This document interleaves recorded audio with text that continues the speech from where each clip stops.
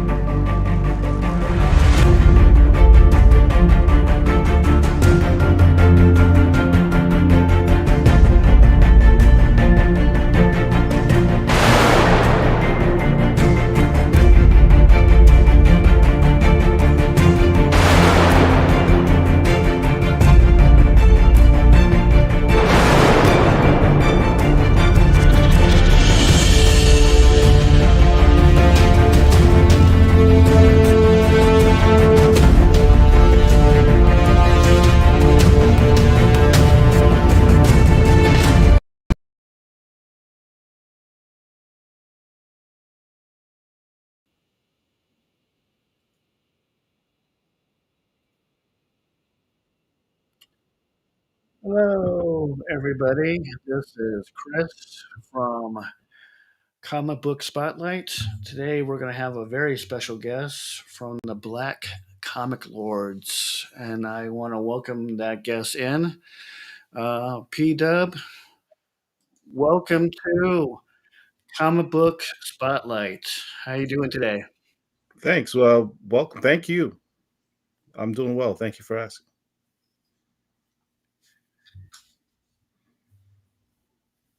I'm trying to share the video. Oh, okay. Um, I know we were kind of going back and forth on Instagram, but I appreciate you coming on the show.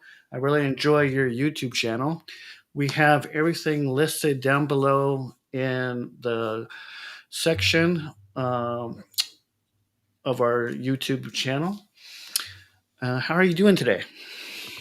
I'm well. I'm well. I just been spending a lot of time with the family. Had Valentine's Day yesterday with the wife and my daughter, and we had a good dinner. And we've just been kind of chilling today, enjoying ourselves, and that's led me to here in this moment. Well, I appreciate you very much for coming on the show. And I know maybe some of my subscribers are not familiar with your particular YouTube channel, Mhm. but maybe we can give them a little bit of brief history, uh, and I'll make you the main focus here. Let's see. Here you go. It's all you. Oh wow, that's intimidating. Well, so I'm with the Black Comic Lords. We are a social media platform that that celebrates and promotes Black comic book characters and Black comic book creators, artists, and writers. A lot of that is sort of born out of the historical fact that many of these characters in comic books are often not given as much publicity or shine, and the creators also have not been given as much accolades for their contributions to comic books, because at the heart of it all, we're comic book fans. We love comics. We grew up with comics. We read them. We collect them. um, and we read all types of comics. But it's natural to want to see more comics of characters that look like you, uh, um, because we all in comic books always try to, the heart of particularly superhero comics is always about trying to visualize yourself to aspire to be like that character. I mean, the largest parts of some of my collection involve Spider-Man and Batman, because those are two of my favorite superheroes. But my number one favorite superhero is the Black Panther, and has been so for quite some time. But that's primarily what we do. We're across social media. On Facebook has our largest group. We've got 72,000 followers on Facebook. We're also on Twitter. We're on Instagram, YouTube, Blue Sky, Threads, TikTok, and we're just trying to, show love to these characters and to these creators. And When I came across it, I didn't mean to interrupt you. When I came across it, I think some people get the wrong impression, and that's why I wanted to bring you on here because a lot of people think, oh, well, they're just care about black comic book characters, and I knew that was far from the truth. We as comic book people want to see different ethnicities of all races yeah, in comic books, and you're right. During Batman, Superman, those comic books, Aquaman, we didn't see a lot of different ethnic groups, people of color in comics, and I think it's we need to break that barrier and say they're just people just like us. Yes, we're have a different culture, we're different skin, different color, but I think people just see things one way, and I don't feel that's right in comic books today. yeah. The interesting thing, sometimes we've run into people that will interpret our desire to try and see more characters that look like us, or our desire to promote and celebrate those creators that look like us, as meaning, well, we're anti this or we're anti that. And it's not the case at all. Just because you are trying to promote and shine light on people that are more marginalized and are literally sort of in the corners of obscurity, because they're not really getting this type of emphasis, does not mean that you believe that you're trying to de-emphasize others. Um, Exactly. it's just about shining a light on those that don't really get that type of promotion. Um, we're fans of all types of comics, Yeah, uh, but we're trying to sort of shed light on those that don't get as much shine as they should. I really liked when you had the writer from Storm on. Yeah, Maria Idelli. Yeah, I believe that was Friday night. You had her on your YouTube channel, if I'm correct. And Angelique Roche Yes, on the Storm Life Dream yes. book. Yes. I just want to shout out to a few of our members, subscribers that came in here. We have Jeff Morris saying hello there. Hi, Jeff. And we have another YouTube creator, Unboxing Art. He's also an artist going, woot. Appreciate Art and Jeff coming in. We'll have more subscribers coming in as they follow. I know some are busy at work, but they're just excited that I get to talk with you and find out more about your YouTube channel. Um, what writers or illustrators do you like the most that you've had on your YouTube channel? Oh wow, that's a tall order. I would say, if you're just talking not in terms of what they've created, but in terms of their personalities, Yes.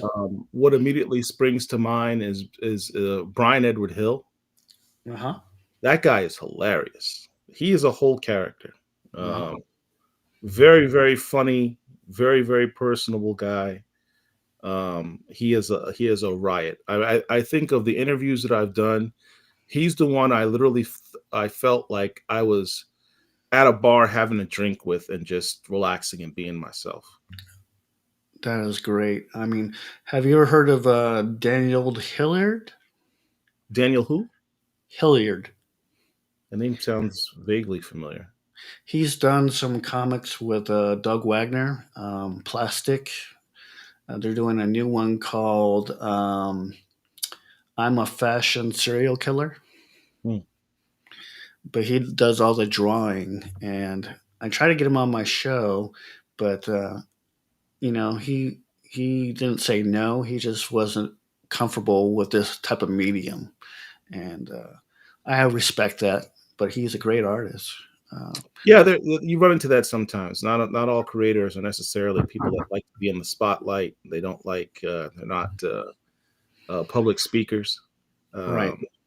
Um, I was at MegaCon in Orlando Yeah. last week, Okay. and talked to one particular artist, Mateus Manahini, who is the cover artist on the current Storm series, Right. and asked him if he'd come on the show. And he said that he felt a little uncomfortable himself because he's from Brazil.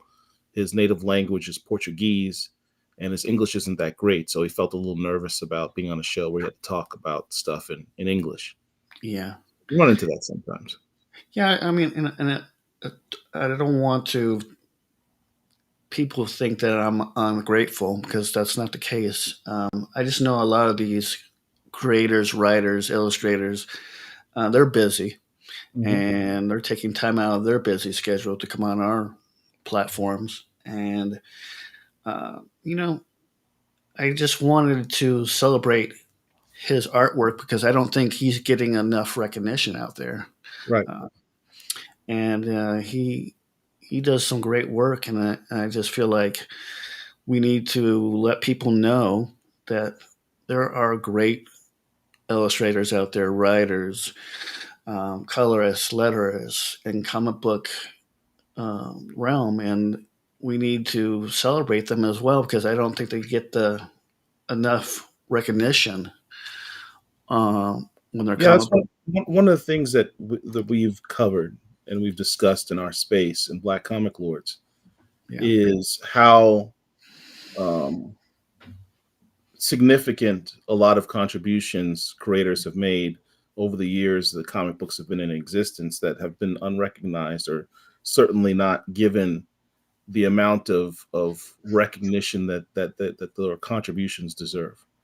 Even right. now, people are starting to learn names like Matt Baker or E.C. Stoner or A.C. Hollingsworth. If any of these names are unfamiliar to you, then you should look them up because these are comic book creators who um, helped develop what comics are today. Matt Baker alone um, was such a tremendously talented artist that they actually had to have hearings to determine whether or not to ban certain types of elements in comics because of the type of art that he did. Um, his good girl art is something that was a topic of tremendous controversy back in the day. Um, but yeah, even more recently, there was an artist who was near and dear to my heart, Mark D. Bright, who passed Oh, away last year. This is a man who's worked for DC, he's worked for Marvel, he's worked for Valiant Comics. His run was the run that was responsible for the Iron Man Armor Wars series, that storyline. That was the artist who did that. yeah. He was the artist on in Milestone Comics for Icon. Um, he was the artist on the Quantum and Woody series for Valiant Comics. Mhm. He passed away last year and barely got any recognition. DC Comics gave a one page sort of, here's a guy who did some work for us on Green Lantern. He did Green Lantern Mosaic. Um, but no one else has really sort of recognized the talent and the contributions of such a great artist. A guy who I think if you are a serious comic book collector, Mhm. I find it hard to believe that you don't have some work by MD Bright in your collection. It would be hard to do if you're a serious collector. Right. Um, so for him to go unrecognized is just one of those things that we sort of take issue with, and we try to ameliorate to the extent that we can by trying to let people know about the works of these individuals and certainly celebrate their work for the present and hopefully for posterity. And I love what your YouTube channel does. It lets people know, hey, go check out this comic book. If you're not familiar with it, get familiar with some of these people's works, and I think it's good because I was talking to a good friend, Jay Bartlett, who has a YouTube gaming stream, and he's saying that a lot of these video games are just being deleted, and they're not preserving these video games. And I feel it's the same with comic books. You can't delete a comic book, but I feel like people are not seeking out these particular comics, and they're not giving them a chance. They're just going with what's popular today. That's actually a really cool analogy that you give, Chris. With the deletion of video games and comic books. Comic books are really just sort of snapshots of history, right? And snapshots of culture Right. based on the time period that they come out. You can learn a lot about what was going on in popular culture at a particular time that a comic book was made. Mm. So when you go back and you look at old comics, it's really interesting to sort of view them in context Yes. and get an idea of what was going on in the world. What were people thinking? What were the attitudes towards certain subject matter? And just it's historically significant to look at those things, and that's one of the reasons why, as collectors, comics are so important to us. Yeah. That's why certain comics have such tremendous value over time because they're little snapshots of history. What do you think about when they introduced the death of Superman and they brought back all these different Supermans, and there was actually a representation of someone from your ethnic background as Superman? Steel, you mean? Yeah, still. Well, first of all, I think in the '90s, the very concept of making a whole bunch of variants of Superman was a very '90s thing to do. Right. It was kind of what we're doing back then was trying to. I often use the term money grab, but I mean that's in essence what it was, right? It was capitalizing on the comic book boom that was going on at the time. Sure. Having a bunch of variants of certain intellectual property is a smart business move until you Right. flood the market and to the point that the comics become worthless. Now that being said, um, there are a lot of people that love the character Steel, but it goes into a subject matter that's often talked about in our space, which is having original black characters and not ones that are derivatives Hmm. of original other characters, right? Right. Um, you can have DC is a perfect example. I don't Hmm. mean to, I don't mean to pick on DC because Oh no, go ahead right ahead. I've gotten a lot of respect for DC over the last few years. I grew up a Marvel guy. Most of my comic collection is Marvel comics, and I didn't get into DC until much later in life. Okay. But DC, as we all know, I mean, if you're a person of a certain age, Hmm. I got into comics. In my knowledge of DC became started with the Super Friends cartoon, Okay. right? And with the Super Friends, you had your original Justice League. You have your Trinity. You have Superman, Wonder Woman, and Batman, right? You've got that Yeah. Trinity. But then you've got Flash, and you've got Green Lantern, and then you've got Aquaman.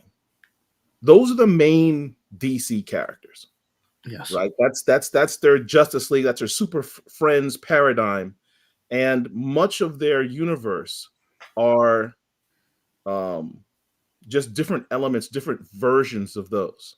They're derivative of those particular characters. Batman being the largest perpetrator, with Batman becoming synonymous with Gotham, and so you have a dozen titles at any given time from Yeah. each one of those characters that are derivative of that original character. And so it becomes easy to say, well, I need to create a new character that fits X, whether it be a race or ethnicity or what have you, and say, well, let's just make a character that is part of this house, this a derivative of this particular original character, because we know there's a market for that character. Superman fans will collect anything related to Superman.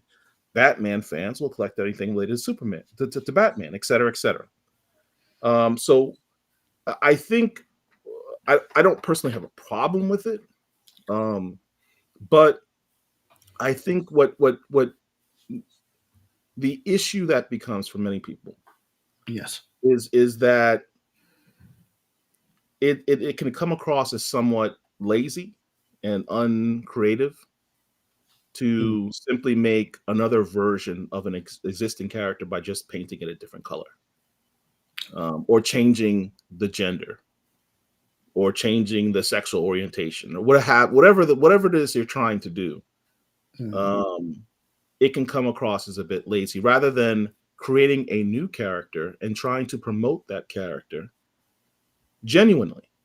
You can create a new character, give it proper promotions throughout your other comics, give that character um, actual things to do, give that character agency in your storyline and in your universe. And if you do that, people gravitate to that character. If you have a good writer and a good artist and a good storyline, with this original character, that character will become popular.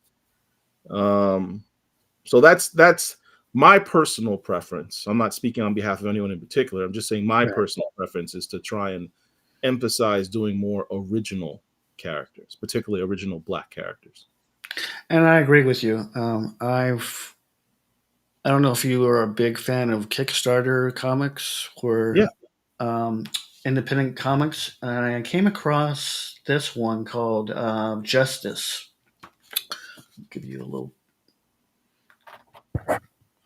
Maybe I'll make myself bigger. Hang on 1 second. How's that?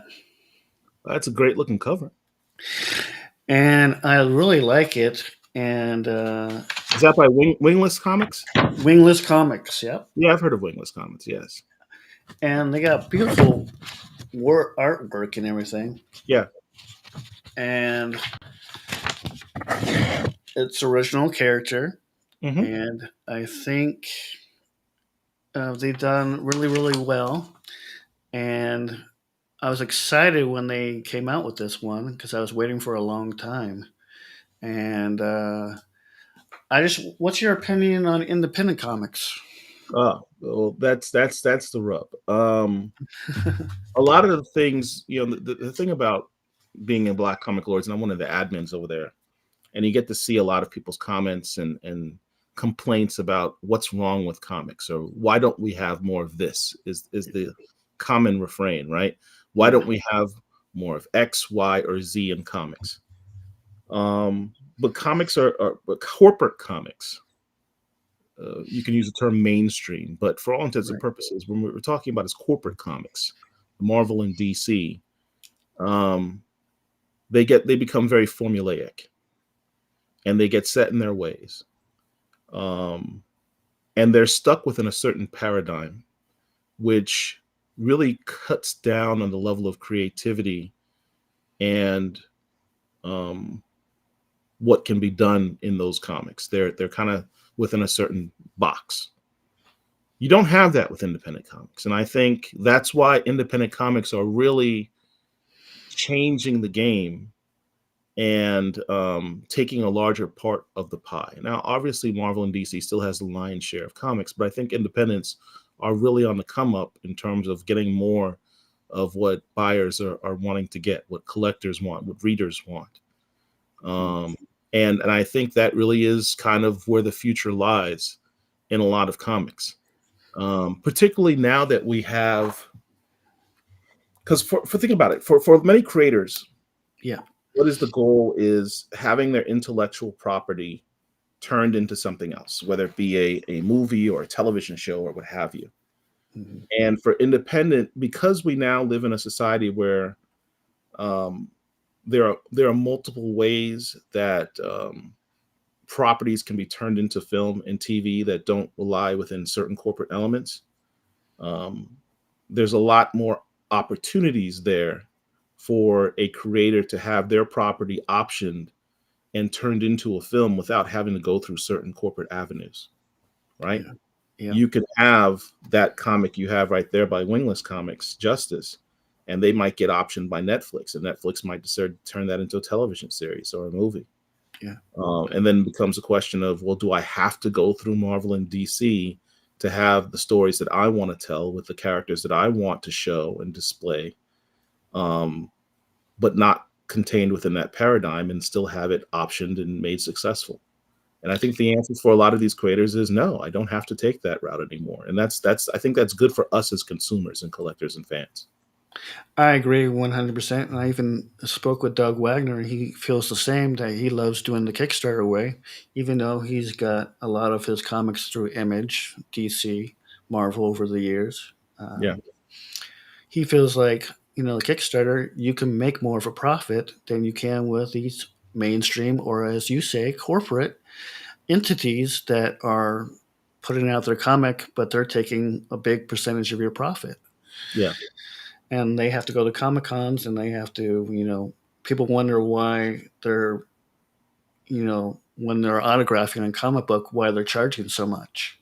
right, Well, that's because they're making less on that comic book, because they have to pay back that entity for printing out so many comics.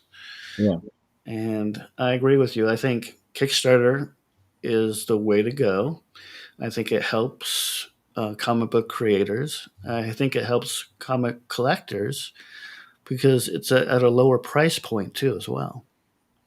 Yeah, and I think if the creator is savvy enough, they'll ultimately be able to turn that Kickstarter around and market it well enough. It really comes down to a lot of marketing and promotion, so that as you get further along, the Kickstarters will no longer be necessary.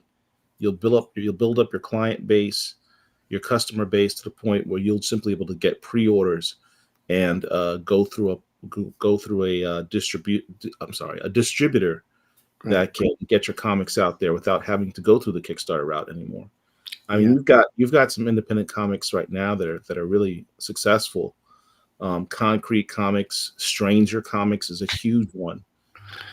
Advent Comics. These are creators that own their own companies, make their own IP, own their own IP, are beyond the realm that they even have to go through Kickstarters anymore. They can simply just get pre-orders Yeah. and put their books out through their distributor. That's Yeah. that's a huge step, and many of them started as Kickstarters themselves, but they took it to the next step, made good business moves, so that now they can be more competitive with the corporate comics. Yeah. And I love what they're doing because you said, was it Concrete Concrete Comics? Comics with a K. I There was a particular comic book, um, female black superhero. I forget the name of the comic book off the top of my head. Loved her writing. There's Odina. There's Kandaki. There's Luda. There's several characters by Concrete that they made. There's also another one that I like from Wise Acre Comics. I don't know if you've seen this one before. Yes, I'm familiar with Magnus. Shout out to Mr. Littles. We actually interviewed him. I love that. I love that particular comic. You have Magnus, the Yeah. concept of black gods, black Orishas, African Orishas being sort of the progenitors of demigods that are in all essence superheroes. I thought Hmm. that was really cool. It's no different than Wonder Woman, you know, Yeah. or Hercules, but And from a different god's perspective. yeah. And you know how I got that comic book? How? I was complaining about a Kickstarter that hadn't come out yet, and they were like, pushing it back, pushing it back. And I understand with sometimes with Kickstarters, you're not going to always get it on time. But I put my frustration out on Instagram, and he says, "I'll send you a free comic book." And I said, "Really?" He's like, "Yeah." And he sent me Magnus, and I just want to really appreciate. I even sent him a message on Facebook thanking him for sending me that comic book. Yeah, That yeah. was I mean, very nice of him. that's what I mean about making good moves, good business moves as well. Yeah. When you're just starting out a comic, in my opinion, in my experience in talking to these creators, I think the ones that tend to be most successful are the ones that recognize the most important thing you're doing at the outset is promotion, and marketing, getting the word out about your comic. Social media is free. You Yeah. know, you can promote your book uh, through social media and hit a lot more avenues than you could 30 years ago. So that's something, that's a tool that you need to take advantage of, Yeah. and interacting with customers or fans to get the word out and get them. What do they say? The first hit's always free, right? Get your Yeah. free comic here, and hopefully you'll be a return customer in the future. But he didn't have to send me a free comic book, but he No, did. no, but he did. And and I love that he did that because not too many people would do that. They would Yeah, be just like, "Well, go onto my site and buy it," you know. yeah, Yeah, he was just like, "Here, I'll send it to you. What's your address?" And I was shocked, you know. Not that he did it, but I was just shocked that one Kickstarter person that's already put Kickstarters out there would do it. yeah. I think for a lot of independent creators as well, I think another avenue to do something along those lines would be the digital route, because you already have the comic created. Uh, you It doesn't really take much to. You could either sell your digital version at a very cheap rate, say $1, $2, or something that it's nonsensical for you not to go ahead and pick up a book that looks kind of interesting digitally and try it out and see if there you want to go ahead and buy the printed version or buy the next issue, what have you. And that's a route that many creators should probably take as well. Yeah, and I've talked to a lot of writers, and they said they like that route, Mhm. but they don't get a lot of hits on Amazon for some reason. Um, don't know if people are just scared to buy digital because That's why sometimes doing the first digital thing free might be the best way. Like, instead of relying on Amazon to sell it, mhm, um, if you get your social media presence out there, have a website, your own dedicated website, which is your store, and have the book on your. You want this book? Here, come to my site. You can read this book for free. yeah, That way, a person can simply just read it on their website for free. yeah. And if they like it, while you're still on the site, you want the next issue, you can buy the next digital issue, you can buy the next print issue, or you can sign up for a Kickstarter for when the future issues come out. Have you? There's also a site. I don't know if people are familiar with it. It's called Webtoons, Yeah. and those are for creators of comic books. And the first comic book is actually free digitally, and then you can later on buy the other ones if you really like it. Yeah, there's that. There's also a website if you're a creator, and you want to just put your books out. You don't really have a printer. You can go to Indie Planet. Oh yeah, That's INDY Planet, and you can buy, as a consumer, you can buy comics at a very reasonable rate. I think the average price at most is probably about $5 for an issue. And there's they have a huge repository of indie comics that are there that you can go ahead and purchase. yeah. Um, and what happened? They're print on demand, so for Oh, the creator, it doesn't cost them anything. You know, so so the customers, when they want to buy it, they'll order it and it's printed and it's shipped to the person for that $5, and I think maybe a slight shipping cost. oh, that's not bad. That's not bad at all. Yeah, yeah. There's, like I said, there's a lot of different avenues in which these books can go out and creators can be successful. Another site, Global Comics. When we're Global, talking about digital, yeah, Global Comics is a huge repository of indie comics. You could, if you're into digital comics, yeah, which a lot of people are. yeah. Global Comics is a great thing. You could pay one fee for a year membership and Yeah. have an unlimited access to all the comics that are there.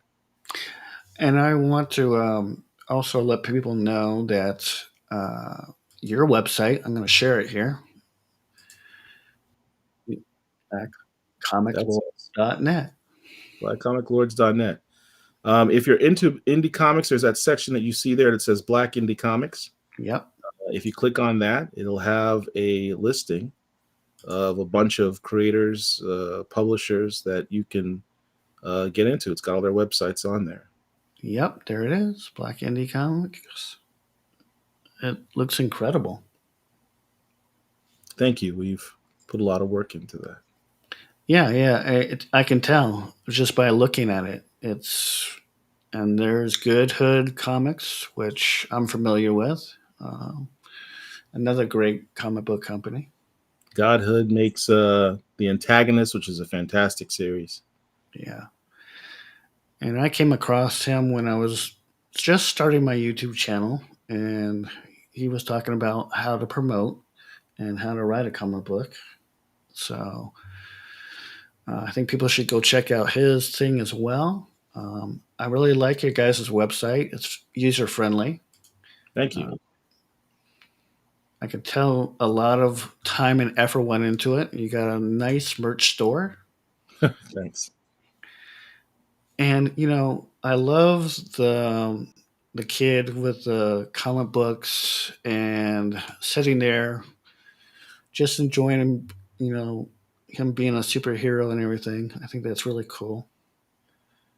I think people um, really That's get the kind of the idea. that's kind Go of the ahead. image we wanted to promote, which was the idea of the kid in all of us. Like when we think about when we got into comics, is usually when you're an adolescent, 10, 12 years old, and Yeah. there's one of the few great pleasures in life than having a box of comics that you're just sitting there and reading for the fun of it. And the kid is in this costume because he's obviously visualizing himself being a superhero based Oh on what yeah. he's. So that's kind of why that's our logo, that's our brand, because it's kind of keep that in mind, that kid in all of us, that imagination and wonder. You want to keep that. Yeah. Also, I want to show. Let me just take care of one thing real fast. Apologize. Uh, want to show the Black Comic Lords site on Facebook. Can you see that okay? I'm still on our web. I think I still see the website on the screen here. Oh, yeah, I'll switch over. A little bit delay. Can you see it now?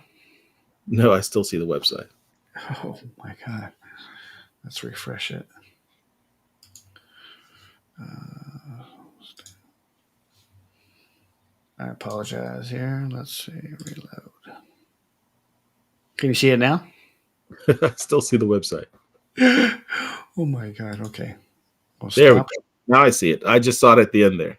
I don't know Okay. if I found something.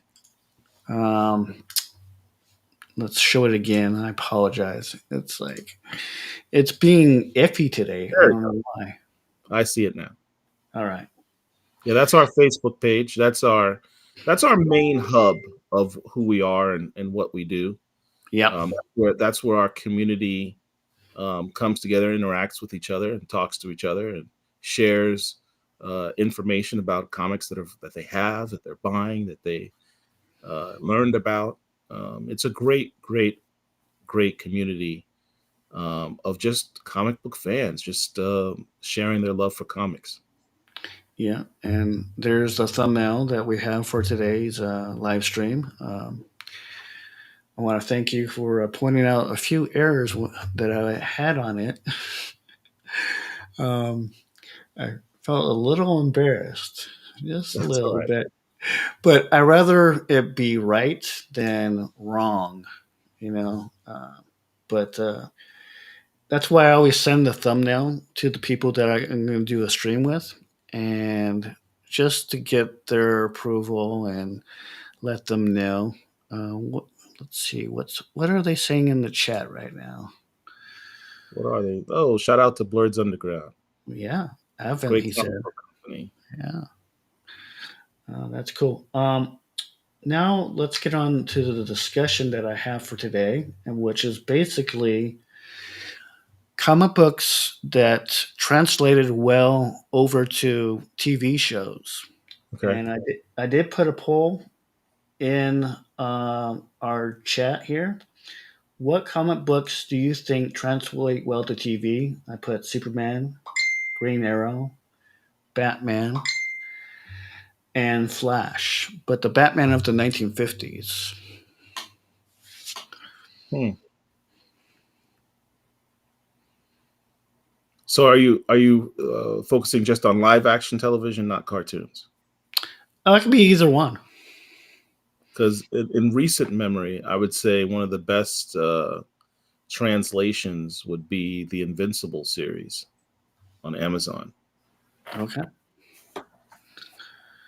Yeah, I like Invincibles. I think Flash from the 1980s did well. It was Mhm. the first of its kind, and then CW did even better Right. with their interpretation of Flash. Yeah, the Arrowverse really doesn't get enough credit for how good a universe, the cohesive universe they put together. Yeah, Um, I mean, they at the time, I forget what the reason was. There was some type of corporate intellectual property reason why they couldn't use Batman in the Arrowverse.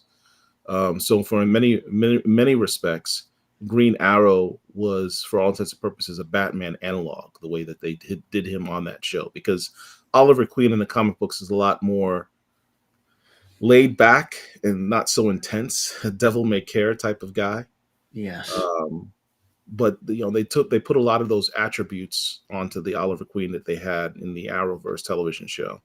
yeah, Um, but it set the tone for the universe that followed with Flash and Black Lightning and what have you thereafter. yeah. I was very surprised that when they after Green Arrow was doing good after the first season, and then went on to the second season, that they started bringing in other intellectual properties like Flash, um, Supergirl. We also had was it Black Lightning, Yeah, Black Lightning as well. and I don't know if it's was it Cosmic Girl. I don't remember the. They had Naomi, which was a very short lived CW show. Um, and quite honestly, it just wasn't that good. Um, Blurred's Underground mentions another fave of mine, which is Smallville and Superman and Lois. Smallville, in particular, I think was really, for all intents and purposes, a precursor to the Arrowverse, Mhm, in terms of of the way they did the show, the pacing, the serialized way that they did the storylines, and the tone. I thought Smallville really sort of set the precedent for what Arrowverse became. yes, yeah, and we just brought up his comment here. This was a tough choice. Love both Flash Show, the Arrowverse, etc. But my favorites are Smallville. More recently, Superman and Lois. I watched Superman and Lois, but after probably the third season, I kind of just fell off for me. I don't know if it was the writing or maybe they got a different writer. I just kind of felt like it went away from what it originally premiered. Yeah. So nothing bad about it. I like the show. I think we should support these comics translated into TV shows. Yes, it's not exactly like the comic book we read today, but it I think it does well to I think some of these comic books translate well to TV shows. And I think it gives them an opportunity to let people say, okay, this was a comic book that translated to a TV show. Now maybe I should go to the comic book store and read about these particular superheroes. I think what's also important for these television shows is what we talked about earlier, sort of the entry point for comics for a lot of youth. Yeah. I think particularly the MCU is a perfect example when you talk about people of this era saying what got you into comics, and ostensibly a lot of them will say, seeing the Avengers movie or Iron Man or Black Panther, whatever it was, is what got people to say, let me go pick up a comic book and check out, go further down the rabbit hole and see what else there is. Mhm. So I think these shows are important. I really think these properties would are doing a disservice in not doing more animated stuff. DC really hasn't done a lot of animated features as they used to. Right. Marvel less so than that, and I think that's kind of a fail. But I'm viewing that from the lens of someone who's been doing this for more years than you care to imagine. Yeah. And from what I've learned, the new entry point for a lot of kids today is not really cartoons, it's or live action television for that matter. It's video games. Mm, Video yes. games is becoming the new entry point into comics for the youth of today. That Miles Morales game was huge. Oh yeah. Yeah, Spider-Man. yeah, the Yeah. Spider-Man game this on PS2 was PSP, whatever you call it, PlayStation. Yeah. That got a lot of kids into comics. Yeah. And I think even Fortnite with their skins, they could use Right. more comic book skins. They've used some Marvel, Iron Man, Captain America. Um, I think even independent comics could reach out to Fortnite and say, "Hey, we would like our skin in your game." Yeah, And maybe yeah, that will help them promote to reach out and buy their comics. I don't know who would be the first independent comic to do that, but it it doesn't hurt to reach out, and say, "Hey, I see what you're doing on Fortnite. I want to reach the younger viewers. Um, I know they love video games. I would love to have my skin in your video game." yeah. You know, could you just imagine, having Magnus in there, or Fortnite skin? That I think would hopefully be the goal Yeah, of many of these creators is to be able to have their intellectual property used in that fashion in the future. and I think there's a good thing. Jay Bartlett's, who does Nintendo Quest, the director Rob, got a lot of his. He's an independent director, and he's got a lot of some stuff on Amazon. So I think Amazon has been really in the forefront for independent people to come Yeah, and translate over to shows or documentaries to their platform. right. And I applaud Amazon for doing that. And I think Netflix and Hulu and all these other streamers should start doing that. You know, help the independent comics out there um, put out an animation, like you said, a cartoon or a video game. Or I think we need to go in that direction. Yeah, I agree with you 100%. I think a lot of these streaming services that have gone into making their own original properties, Mhm. um, I think it would be a smart move for many of them to take advantage of these independent comic book or graphic novel creator IP to make series that are, and there's some of them are doing that. I mean, Yeah. um, there's Unique Studios has a new series coming out called the Yanu Child Oh, of Wonder, which is going to be I think a tremendous success. It's very much in the vein of Avatar: The Last Airbender, but done instead of an Asian setting, an African setting. okay. Um, so that's a series that's going to be coming out in just several months. Um, so yeah, I mean that's an example of taking an independent property, putting it on a streaming service, and running with it. I I think have a that's question. yeah, And maybe you've probably answered it on your show because I've seen your show. I haven't been on it, but I've seen it many, many times. Do you think Marvel should create new characters? you mean new black characters or in Yeah, general. in general, black characters. Um, when it comes, well, I'm a black comic lord, and you brought me here to talk about that. So let me focus on that. Sure. Marvel has a lot, and DC have a lot of black characters on their rosters already. They could literally never create another black character and still have plenty of characters they could develop and promote and do stories with. It's never been about, well, and then this statement's made all the time. Well, we need more black characters. You don't really. You just need to use the characters you already have. There's, for example, you mentioned Marvel. Mhm. Um, there was an editor, Tom Brevoort, who made a comment that he got a lot of trouble for. That I Right. think sometimes. we talked to him about it because it's a very controversial statement. He said there are no viable black male X-Men characters. Now, taken as just that quote out of the larger context, that's a very offensive statement to make. Um, but when we brought him on and talked about it, he says I when I made that statement in the context of which I said, it was the idea that we need to challenge our writers to develop these characters better, to promote them better. Mhm. Um, and you can argue here or there about the responsibility of editorial to push that more, Yeah. because the proof is in the pudding. It's one thing to say; it's another thing to actually say instruct your writers and artists push more of these characters, develop these characters.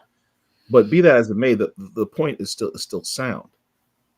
There's over 100 black mutant characters in the Marvel universe, Mhm. and yet the only ones that we continually see on a constant basis in the X-Men titles is Storm, Bishop, and like Sunspot. Yes. Yes. Over the last 30 years, those are pretty much your three main black mutant characters that you see in the X-Men titles.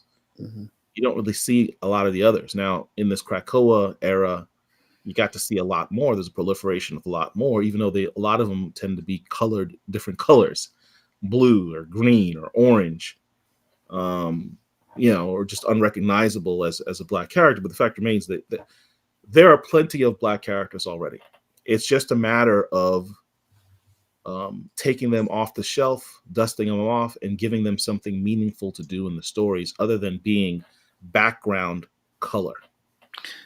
I agree with you, and you're right. We only see Storm, Bishop, and what was the other one? I'm sorry, Sunspot. Sunspot. And I just feel like it's a they just want to capitalize on those ones because people gravitated towards those particular characters. And you're right, there is a lot more. I mean, there's Well, in my experience, people gravitate to what's in their face. Storm and Bishop were in the X-Men cartoons, so people know those characters. Sunspot, to a degree, was in the cartoon as well. yeah, People know those characters because of video games and cartoons or what have you. But people will gravitate to whatever you promote as yeah, well. If yeah, you're not showing of these other characters, why would people have any interest in them? Why yeah, would they give them a chance? If yeah, you don't give them anything meaningful to do within the comics, why would someone say, "Hey, I'd like to see more of that character," who yeah, didn't take up more than simply two panels in a page? yeah. You Just know, want to say hi to my friend Jay Bartlett, who I was talking to you about, who has a YouTube channel. Uh, retro, yeah, I don't know if it's more retro, but uh, gaming stream. And he's just saying, hey guys. So I appreciate you, Jay, for giving me some support. Appreciate it. He also loves comic books. He's a big Daredevil fan. So, but he was talking about, you know, he probably doesn't buy as many comics as he used to do in the past, but he still likes comics. So, um, like DC Green Lantern Stewart. I yeah. mean, you hear about him after they no longer using Hal Jordan anymore as much as they used to, and Well, that's actually a perfect example of what I was talking about before, in terms of yeah, people will gravitate to what is in their face, to what's been promoted to them. yeah, John Stewart didn't really blow up as a character all that much until the Justice League cartoon, right? yeah, He was put in as the Green Lantern. There was no he's substituting for Hal Jordan. They simply said when they started that cartoon, here's Batman, here's Superman, here's Wonder Woman, and here's Green Lantern. yeah, Not John Stewart, not Green Lantern John Stewart, just this is Green Lantern, yeah, right? yes, And for a whole generation of kids, they grew up knowing Green Lantern as John Stewart. They didn't know who Hal Jordan was. They could care less. They yeah, certainly wouldn't know who Alan Scott was. yeah, Um, and so so there's a whole generation of people out there that know when they think Green Lantern, John Stewart's the man that they think of. yeah, But that goes back to the idea of using points of entry into comics to get people into comics, which is the cartoon, the Justice League cartoon, Yeah. but also recognizing that these companies with this IP, with those points of entry, can make anybody famous, any character famous. Marvel made a talking, our boy Herschel, who's also one of the Black Comic Lords, says this all the time. Marvel made a talking raccoon an international superstar. Right. Literally anyone can be made popular or famous with the proper promotion. It's just a matter of willingness and creativity on behalf of these uh, companies to be willing to do that. And I'd even heard about Guardians of the Galaxy until they put it out as a movie. I mean, I didn't know it was a comic book, to be honest. I And did. I mean, I read the Andy Lanning run, Dan Abnett run before the movie came out, so I was excited when I heard they were going to make it into a movie. But that's just because I'm a random guy who reads a lot of freaking comics. But yeah. even I recognize that that was a pretty obscure property to go ahead and bring into a multi-million-dollar flick. Oh, absolutely. And I was shocked because, I was like, what's Guardians of the Galaxy? And people are like, Chris, you don't know what Guardians of the Galaxy? And I said, well, I'm not all knowing in comics. So, no, I don't. So, as a person, enlighten me so I understand what this movie is going to be all about. And there was one person that came across and said, here, I have several comics in my collection. I'll borrow them to you so you can read them. And I appreciate that because then I got a better understanding what the comic book was. And That's exactly how I got into the X-Men back in the 80s. I was collecting, I think, Iron Man at the time, and I had a friend of mine in middle school, and she was collecting X-Men. okay, And she was like, "Oh, what? Tell me about Iron Man." I was like, "Oh, tell me about X-Men." And we started talking, and why don't we swap? I'll borrow your X-Men, and you borrow my Iron Man, and we'll learn about these characters. And that's how I got into X-Men. yeah. What did you like about? Because you said you were into X Men. I mean Iron Man when you were a kid. What made you gravitate towards that particular comic? Um, Jim Rhodes. Okay. Jim Rhodes became Iron Man, and honestly, it was wow, a superhero who looks like me, in this book. Mhm. Is also around the time of the Marvel superhero Secret Wars, in which a lot of people forget that the Iron Man that was in Secret Wars was Jim Rhodes.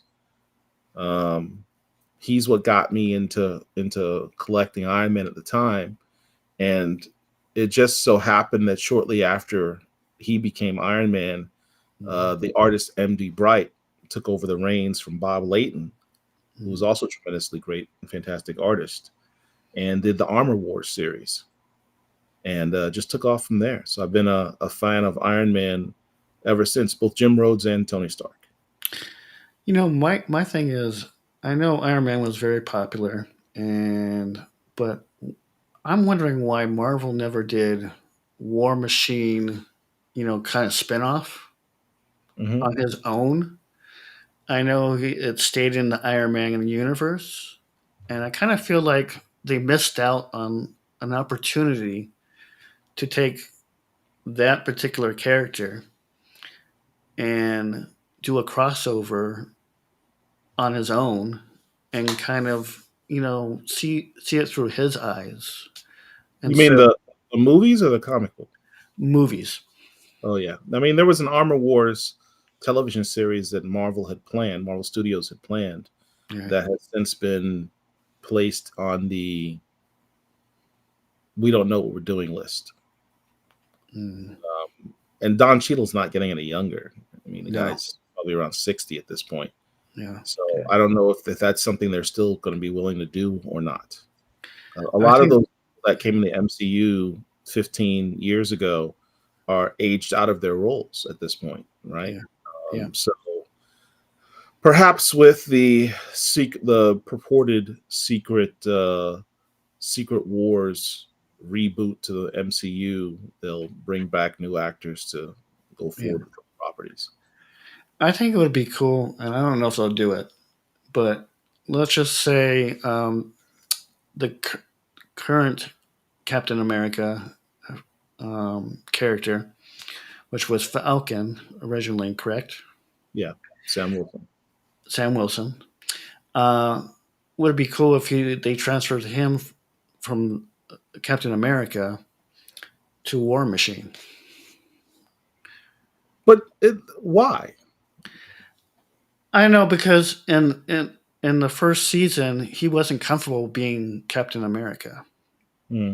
in the beginning. Season one on Disney Plus, their show, and I think he's probably more comfortable now as Captain America. But I felt like he wasn't comfortable in that type of role at that point in juncture in his life as the character was going on.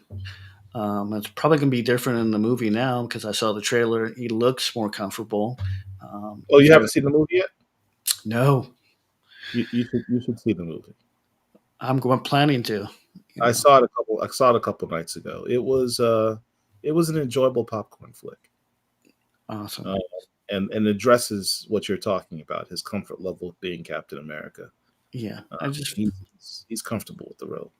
yeah, I just think also on social media before the movie came out, people were making a big thing about him talking about America and everything. And I don't know if you saw that comment. I did. So he makes the comment that Captain America, for all intents and purposes, is not about the America part. It's about being good. Mhm. Chris Evans made the exact same comment when he was Captain America. That Captain America wasn't about government or politics. It was about the idea of what America stands for, what we can aspire to. Mhm. And if you've read Captain America comics, that's 100% accurate. Yeah, Captain America has never, ever been about politics or government. Well, I shouldn't say never, ever. Back when he was originally created mhm. and used for war propaganda, I suppose you could say that. Sure. But in his certainly in his modern in iteration, since he was reintroduced into the Marvel universe in the 1960s, uh, that has never been the case. He has often actually stood at odds with the U.S. government because he's always emphasized emphasis is on doing the right thing. Mhm. Doing the right thing is not about politics. It's about doing what's right and what's good and what's Yeah, true. So yeah, it's about American values more so than about American politics or government. yeah. And I just think because he said it, that people were just quick to jump on it and be like, "Look, what is he talking about?" Yeah, but I think some people probably weren't too happy with seeing him play the role of Captain America in the first place and just weren't really willing to look at the entirety of his statement yeah. in context of which it was given. I think Because he's. he's 100% accurate. If you read the comics, he's 100% accurate. Oh yeah, and I think he's a really good, great actor. I think he's perfect for the role. I'm glad he is doing the role. I'm going to go see the movie, and I think a lot of people in our chat and should go see the movie and support it because we need to let people. I think this has been a really good movie that Marvel has put out in a long time. Some of the other ones have kind of flaked, um, like the Doctor Strange multiverse. I don't think that was the greatest movie. It was okay. I disagree with you on that. I enjoyed Okay. that film. It was dark. It was weird. It appealed to that sense of me that likes stuff like that. Um, I thought it was a slept on film. I really enjoyed the Multiverse of Madness, and I Okay. love seeing Scarlet Witch go crazy and be killed at the end, which I thought Okay. was poignant. Also, I didn't like Venom that much, I'm or not a fan of Venom at all. Morbius, and I'm a big fan of Morbius. Yeah, And I just felt like it wasn't the actor's fault; it was the writer's fault. yeah.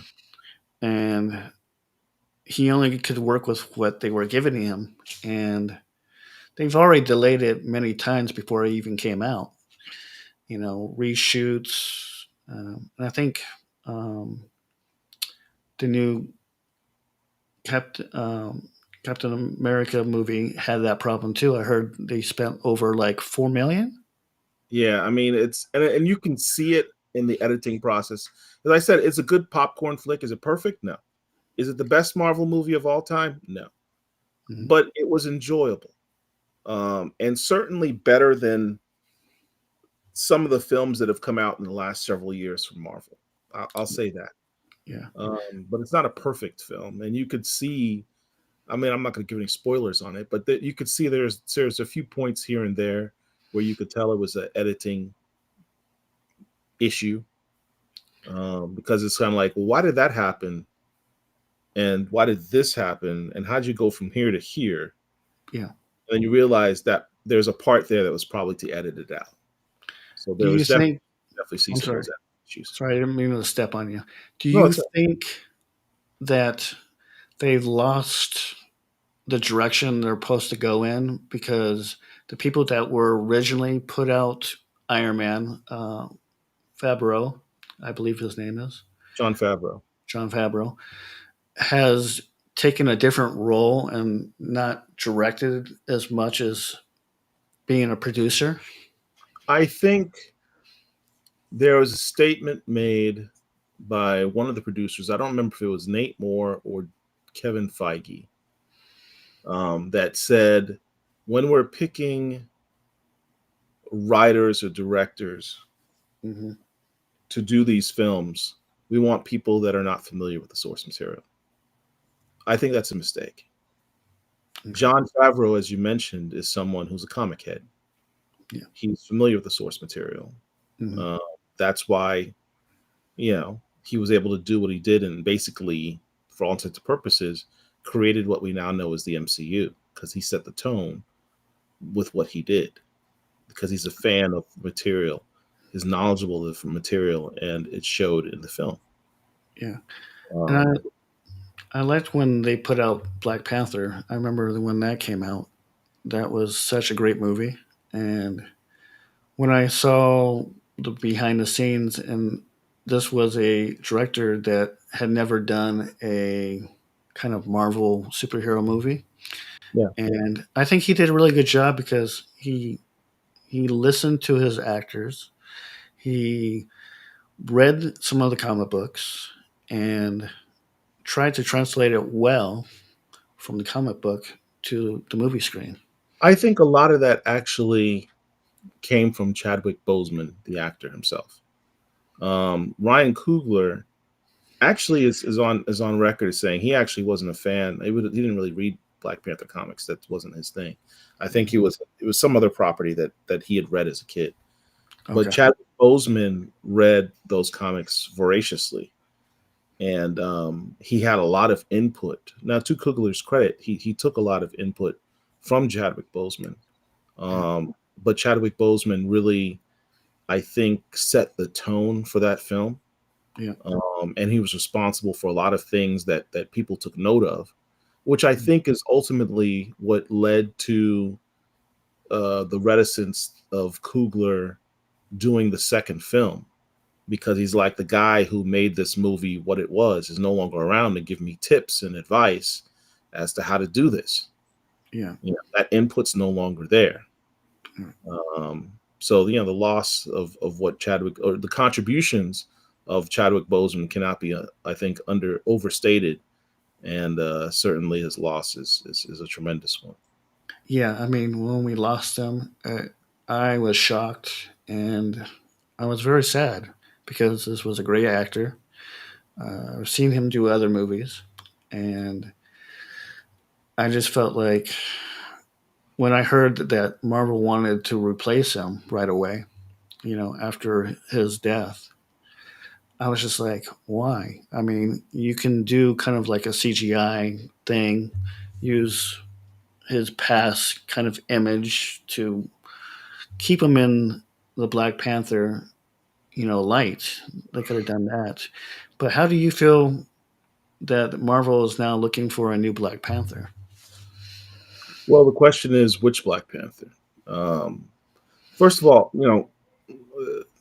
I'm one of those people that at the very outset, after Chadwick Boseman's untimely passing, said Yeah, they need to recast the character because of how important that character um, is to me personally. As he's my very favorite superhero character since way before the MCU even was a twinkle in anybody's eye. mm, But also what he meant from that first film and culturally, what the experience of that he created the gestalt of that moment. Um, he sparked the imagination of a whole generation of people to who never ever dreamed of seeing those images on screen of black excellence. That's unprecedented. It had never been done before. yeah, Movies have been around for a very long time, 150 years of movies. And this is the first time you've had an experience like that on film. That says a lot. And it said a lot to a lot of people. That being said, um, yes, there was a rumor that they're seeking to recast the character. But the question is, which character? They tried to, instead of what you said, there's a lot of things they could have done to not kill off the character of right, T'Challa and yeah, kept his legacy going. They decided not to do that. That's a big mistake, in my opinion. yeah, It was a huge mistake, a stupid mistake, to be honest with you. yeah, The most easy way to have handled that situation was to take advantage of what's called the blip theory, which is the fact that they could have placed a movie in that 5 year period of the blip and explained away why T'Challa wasn't there without killing the character himself. They could yeah, have done the exact same film that they created, completed the entire film, even had the really ridiculous funeral scene that they wanted to do for as a cathartic moment. They could have done that too without literally killing the character yeah, and just set it within that 5 year period. yeah, That way, you didn't have to introduce some, you know, child to replace him yeah, later on. So when they say yes, we're planning on recasting the character, assuming that rumor is true, which has not been verified yet. In true. fact, it's been debunked by Nate Moore, the former producer on the Black Panther film. Um, are they going to create a new T'Challa, be it via the multiverse or the Secret Wars storyline, or are they simply going to age up the Toussaint character, that's a child of T'Challa character, Right. and him the black character? We don't know the answer to that. Now, do you think because the popularity of Black Panther, the first movie, that they were just too eager to go into it too fast and put something out that maybe like yourself, who's a big fan of Black Panther, wasn't going to be happy with? Um, I think, I mean, it wasn't too much time. Certainly, there was pre-production work already sort of happening with regard to that. They'd already had a script. Mhm. In fact, Ryan Coogler, um, I think he said he'd even spoken to Chadwick Boseman about the script to a degree. I don't know how much they did, but at least a script we know that was completed. Right. Um, Ultimately, what they said was it was a decision made within 5 minutes between Nate Moore and Ryan Coogler as to whether or not they're going to go forward with a second film without Chadwick Boseman. And the answer was quickly no. We can't make. He dies. He's dead. He's gone. Hmm.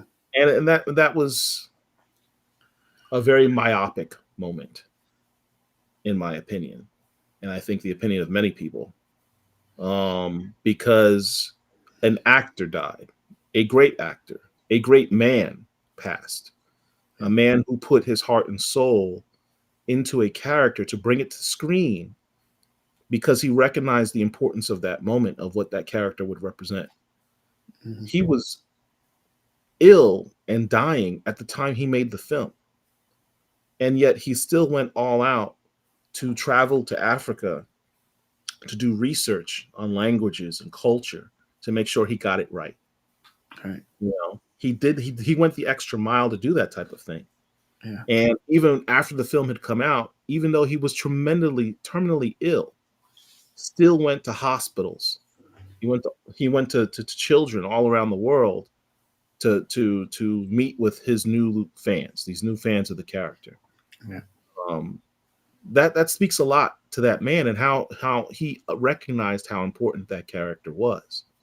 Mhm. And to say we're going to kill the character, that's a spit in the face of that man's legacy and the work that he put to bring that character to life to a whole generation of kids and the Yeah. people. So yeah, I don't agree with that. I thought it was a stupid decision. Yeah. Now, I don't know if your members of Black Comic Lords have discussed Black Panther the comic book. I just feel like that comic book doesn't get enough push.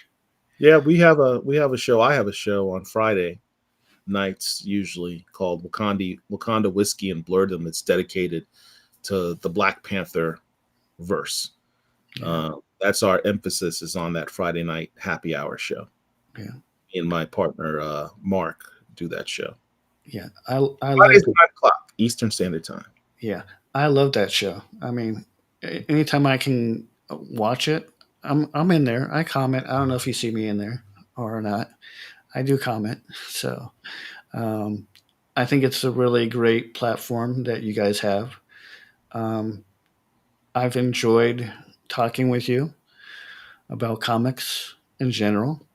I'm glad that we're dispelling the myth about black comic lords that, your focus is on comic books. It's not focused on what people perceive it to be, And I really think now that you've been on my platform and everything that I hope people view this later on after the stream goes off and they reach out to black comic lords and give them an opportunity to show um, comics and show that there's other comics out there that are not being appreciated these days.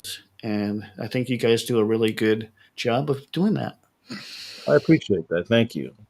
Yeah, We have this moniker that we use say all the time. Above all else, it's about the comics. We yeah, stand behind that. yeah, We're comic book fans first and foremost, above anything else, yeah, and we're simply trying to shed some light on some characters and some creators that don't get as nearly as much love and light as they should, and that's at the core of it. yeah. Um, Before we go, because I'm probably taking up a lot of your time, and I know you want to spend time with family. That's very important. Uh, I'm giving you the platform to let people know where they can reach out to you. Oh yeah, certainly. So as I mentioned before, we have a website, blackcomiclords.net, that you can always go to see a repository of much of what we do and who we are. If you want a community to interact with, the best one is on Facebook at Black Comic Lords. That's our main hub of activity and community for people that follow us and rock with us and what have you. Fans can interact with each other. They can interact with us, share comics, just chop it up about comics. It's a fun space, tremendously fun space. But we're also available across many other social media platforms. YouTube, we have a YouTube channel where we have our interviews with various creators. We've got lots of a wide range of videos across the spectrum. Um, we're on Twitter, Blue Sky, Threads, TikTok, Instagram. Um, some of those we emphasize more than others, but we have those platforms there. You can certainly reach out to us on any of those. If you are a creator yourself and you wish to promote with us, you can email us at blackcomiclords@gmail.com. Yeah, and I really appreciate you taking the time out of your busy schedule um, with your family. And I just want to mention that Joe A collects supported me a little bit here. Got to catch it on the replay. That's what it's all about, catching it on the replay. You know, don't have to be here live, but uh, I want to thank you and the Black Comic Lords for coming on my show. Uh, I feel really, really touched that you came here on the show, and we're gonna go out with a little bang with the ending of the stream. Well, thank you for inviting us, Chris. Appreciate it. Thank you, Cutthroat Comics. And all of you out there watching, make sure to like, share, and subscribe this video. Thank you very much. Here we go on